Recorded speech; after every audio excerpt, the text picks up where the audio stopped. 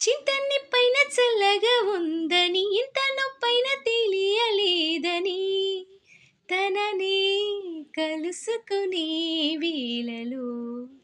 కనబడుతుందా నా ప్రియమైన నీకు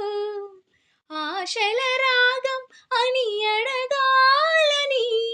అనుకుంటూ తన చుట్టూ మది తిరిగిందని తెలపకపోతే ఎలా మనసున ఉన్నది చెప్పాలనున్నది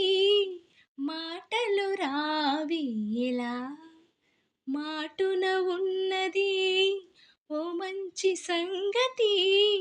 బయటికి రాది ఎలా అతడిని చూస్తే రెప్పలు వాలిపోయి బిడియమ్మ పేదెలా